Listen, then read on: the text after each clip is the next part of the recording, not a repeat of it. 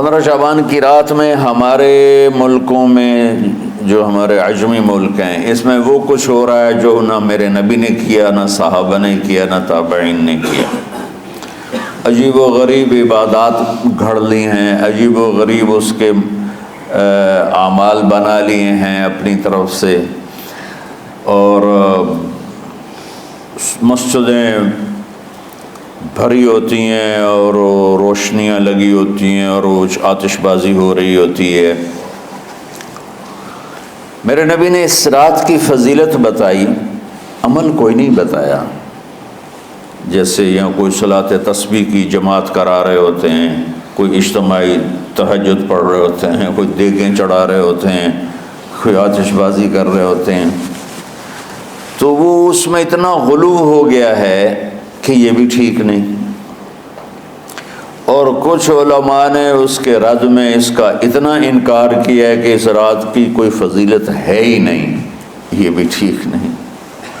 اس بیچ کا راستہ، اس رات کی فضیلت میں جتنی احادیث ہیں وہ ضعیف ہیں، لیکن اتنی کثرت سے ہیں کہ ان سب کا مل کر جمع ہو کر کم از کم وہ حسن لغیر ہی تک تو پہنچ جاتی ہیں۔ اور ابن عثیمین رحمۃ اللہ علیہ نے بھی یہ لکھا ہے کہ زیادہ سے زیادہ ان احادیث کے مجموعے سے، چونکہ اگرچہ ضعیف ہیں لیکن کافی زیادہ ہیں، تو وہ حسن لغیر ہی تک پہنچ جاتی ہیں۔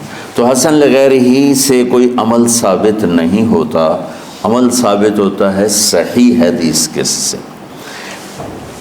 ایک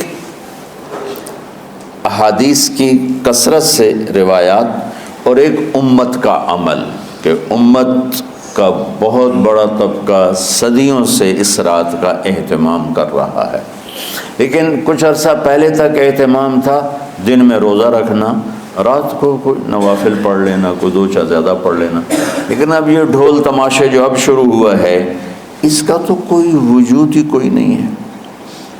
تو اس رات کو اللہ تعالیٰ نے مبارک بنایا، اور حدیث پاک میں آتا ہے کہ اللہ تعالیٰ اس رات میں ساری دنیا کے لوگوں کی بخشش فرماتا ہے سوائے 5 آدمیوں کے، 5 کے سوا سب اہل ایمان کی بخشش ہو جاتی۔ مشرک، المشرک، پہلا مشرک، دوسرا مشاحن، مشاحن کسے کہتے ہیں؟ دل میں بغض رکھنے والا، کینہ رکھنے والا۔ تیسرا مسبل ازارہ، اپنے پاجامے شلوار چادر کو ٹخنوں سے نیچے تک لے جانے والا، لیکن ایک شرط کے ساتھ کہ وہ تکبر کی وجہ سے ہو، سستی کی وجہ سے ہے، غفلت کی وجہ سے ہے۔ چونکہ جب آپ نے ایک مرتبہ اس کے بارے میں بات کی تو حضرت ابوبکر صدیق نے کہا یا رسول اللہ، میری چادر، عرب چادر باندھتے تھے جیسے ہمارے پنجاب کا لباس چادر تھا، اب وہ کم ہو گئے، ہماری تو بزرگ عورتیں بھی اور مرد بھی سب چادر باندھتے تھے، شلوار تو کسی کو پتہ ہی نہیں ہوتا تھا ہمارے بچپن میں۔ یہ تو پھر آہستہ آہستہ جب تعلیم آئی تو شلوار دیہاتوں میں بھی اور شہروں میں عام ہو گئی۔ تو اگر وہ اس لیے لٹکا رہا ہے کہ طبیعت میں تکبر ہے، پھر اس وعید کا وہ حقدار ہے۔ اگر ویسے اس کی نیچے جا رہی ہے تو میرا مالک ایسا، وہ تو ہے ہی رحیم و کریم، ہے ہی رحیم و کریم، ہے ہی رحیم و کریم، صرف شلوار نیچے لٹکانے سے وہ اتنی شدید سزا دے۔ اگر اس کے پیچھے تکبر ہے، پھر ہے، یہ تکبر نہیں ہے تو انشاءاللہ وہ اس سے محفوظ ہوگا۔ تو اپنی چادر کو لٹکانے والا، لیکن بشرط تکبر۔ کتنے ہو گئے؟ 3۔ عاق لوالدیہ، ماں باپ کا نافرمان۔ نافرمان ایسا کہ دکھ دینے والا. چھوٹی موٹی اونچ نیچ تو ہر بچے سے ہو جاتی ہے، نہیں، جن نے والدین کو ٹکڑے ٹکڑے کر دیا ہو اور ان کو دکھ دے دے دے دے کے ان کا سینہ چیر دیا ہو. چونکہ آپ کہتے ہیں پرزے پرزے کرنا کسی چیز کو، تو اپنے دکھ دے کر اپنی بدتمیزی کے ساتھ اس نے ماں باپ کا دل زخمی کر دیا ہو، ایک یہ نہیں معاف ہوتا. 5واں مدمن خمر، مسلسل شراب پینے والا، مستقل جو شراب کا عادی ہو.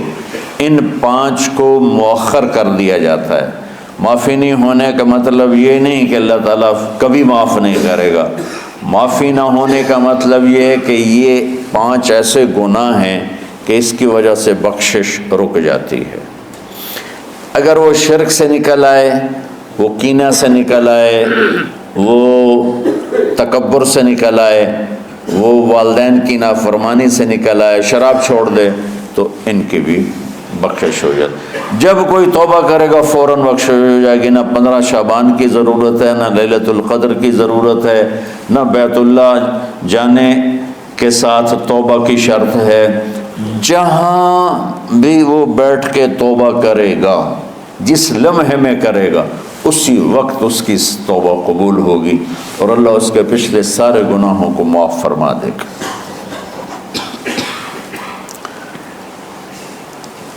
دن کا روزہ، رات کا قیام، زیادہ زیادہ قیام سے مراد نوافل ہیں. کوئی گھر میں پڑھ لے، کوئی مسجد میں پڑھ لے. نوافل، نفلی عبادات گھر میں ہی افضل ہوتی ہیں. میرے نبی سنتیں ہمیشہ گھر سے پڑھ کے آتے تھے. تہجد اپنے گھر میں پڑھتے تھے، مسجد میں نہیں پڑھتے تھے. سوائے اعتکاف کے آپ اپنے نوافل سنتیں سب گھر میں پڑھتے تھے اور مسجد میں صرف فرض آ کے ادا فرماتے تھے. اور اس کے بعد بیٹھنا ہوتا تھا تو بیٹھ جاتے تھے، اٹھنا ہوتا تھا تو اٹھ جاتے تھے. تو اعتدال اللہ کو ہر چیز میں پسند ہے. دنیا جو مختصر ہے اس میں کیسے پسند نہیں ہوگا؟ آخرت جیسے معاملے میں بھی اللہ ہم سے کہہ رہا ہے اعتدال، امتن وسطا. ایسے عیسائیوں کی طرح ترک دنیا بھی نہ کرو، یہودیوں کی طرح دنیا کے پیچھے نہ پڑ جاؤ. رزق حلال بھی کماؤ، اپنے بچوں کو بھی دیکھو، اپنے فرائض کو بھی دیکھو جو دنیاوی ہیں، اور اللہ سے بھی اپنا معاملہ ٹھیک کرو اور درست کرو. بعد کے زمانے میں صحابہ کے بعد سے ہی ایک انتہا پسندی امت میں آئی. ساری ساری رات جاگنا. فلاں بزرگ تھے، وہ رسے سے اپنے بالوں کو باندھ لیتے تھے کہ نماز پڑھتے پڑھتے جب نیند آئے اور جھٹکا لگے تو رسے سے بندھے ہوئے بالوں سے اس جھٹکے سے تکلیف ہو اور ان کی آنکھ کھل جائے اور پھر نفلوں میں شروع ہو جائے. ایک فلاں بزرگ تھے، وہ اپنے آنکھوں میں نمک کا سرمہ لگاتے تھے تاکہ آنکھیں جل جائیں، اور اس میں وہ جلن پیدا ہو جائے اور نیند اڑ جائے. یہ ایسے واقعات بھرے پڑے ہیں. فلاں بزرگ تھے، انہوں نے 30 سال عشاء کے وضو سے فجر کی نماز ادا کی. یہ اپنی جگہ پہ بزرگی ہے، لیکن یہ بھائیوں یہ دین ہم پیش نہیں کر سکتے.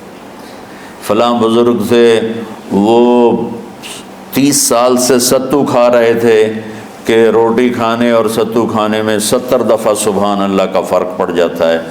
تو روٹی کھائیں تو 70 دفعہ سبحان اللہ کم کہہ سکتے ہیں، اور ستو کھائیں تو 70 دفعہ سبحان اللہ زیادہ کہہ سکتے ہیں. تو لہٰذا انہوں نے کہا مجھے تو 30 سال ہو گئے، میں تو ستو کھا رہا ہوں، میں تو روٹی نہیں کھا رہا.